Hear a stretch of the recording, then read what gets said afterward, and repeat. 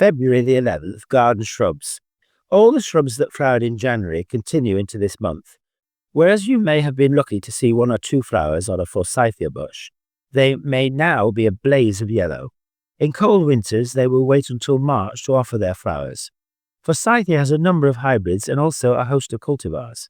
Forsythia times intermedia is the most common, along with early flowering species such as Forsythia geraldiana. This relation of our native privet has been in London's gardens for a mere 150 years. It flowers before it produces its leaves, and like primroses has two kinds of flower. One has a short style and the other a long one to ensure cross-pollination. In the capital's gardens, there seems to be mainly one type, accounting for the lack of viable seed produced.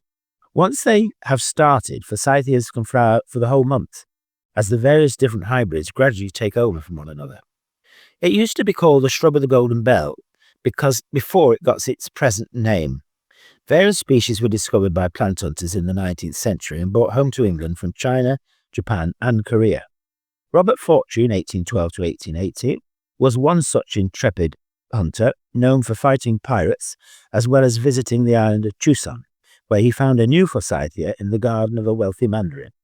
Later on, he went on to find the same species in the wild, where he said it looked even more ornamental. On his return to England, he was promoted to be head of the Chelsea Physic Garden. This is when he decided to name the plant after one of his predecessors in the post, a William Forsyth.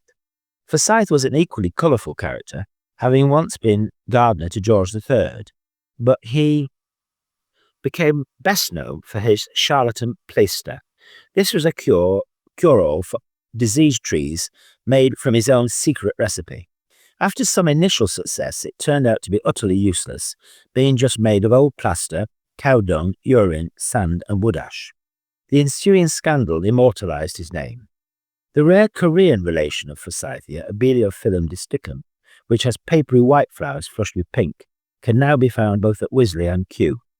The typical garden shrubs noticed whilst walking around London now are witch hazels, sarcococca, mahonias, viburnums, hebes and winter jasmine, clematis cirosa and wintersweet.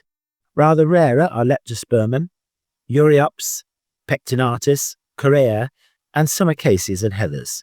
The flowers of Elaeagnus are so small they usually go unnoticed even in February.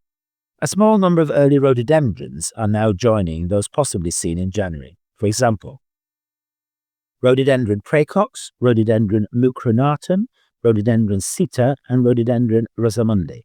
Most striking are probably the early forms of rhododendron arboreum. For example, rhododendron arboreum times hematodes, Caremia tower court, which grows in the Savile Gardens. This has brilliant red flowers and can attain the size of a small tree. Early rhododendrons in flower can be seen in Cannizzaro Park as well as at Wisley. Different coloured camellias are also now starting to increase in numbers, covering single, double, anemone and peony forms. Chiswick Park has an interesting collection of these with some venerable specimens, and Claremont Park has a small but historically interesting Camellia terrace. Wild box, Buxus sempervirens, grows on Box Hill in Surrey. It is also grown in many gardens despite box blight, where it is now joined by a Balearic box, Buxus balearica, which, as its name suggests, is a native of southern Europe. Some people detect a strong unpleasant odour from box, similar to cat's urine. This odour is said to account for its decline in popularity. Once it was used extensively to border knot gardens, where the clippings were said to make the problem even worse. Many types of Pieris species and Japanese quince, Kinomiles, are also now starting to flower in parks and gardens. Usually towards the end of the month, the first flowering currants, ribes, appear, as well as Berberis, Photinia, Kerria, Corilopsis, Osmeronia, and perhaps even a first Ceanothus. Two rarer shrubs worth looking out for now are Stachyrus praecox, with its primrose-coloured strings of flowers, and the rare evergreen Psychopsis sinensis. The former can be seen in Battersea Park and the latter at Kew, as well as Holland Park.